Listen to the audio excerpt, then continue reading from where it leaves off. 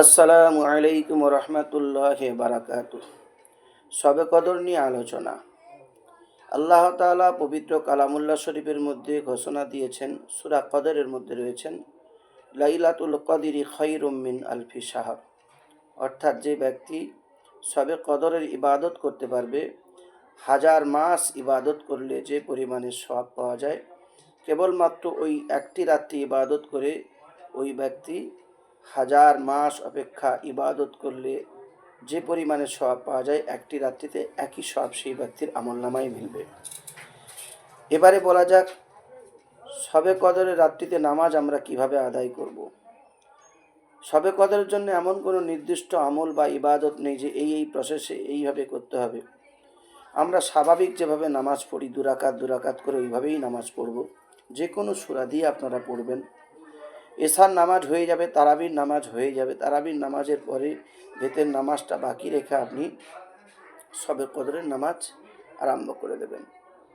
নামাজটা হবে খুব ধীরে সঙ্গে, নামাজটা হবে খুব তাজিমের সঙ্গে।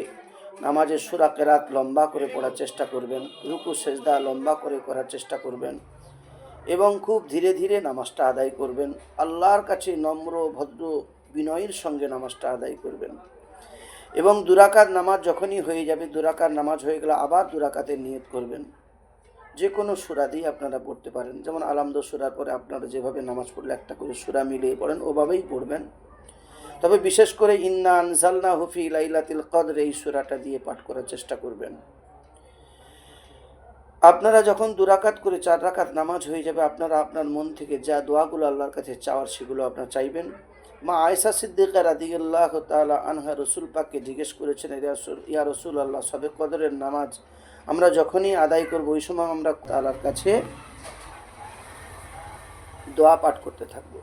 তো রাসূলুল্লাহ সাল্লাল্লাহু আলাইহি ওয়াসাল্লাম বলেছেন, আল্লাহুম্মা ইন্নাকা আফুবুন তুহিব্বুল আফওয়া ফাফু আন্নি ইয়া গফুর।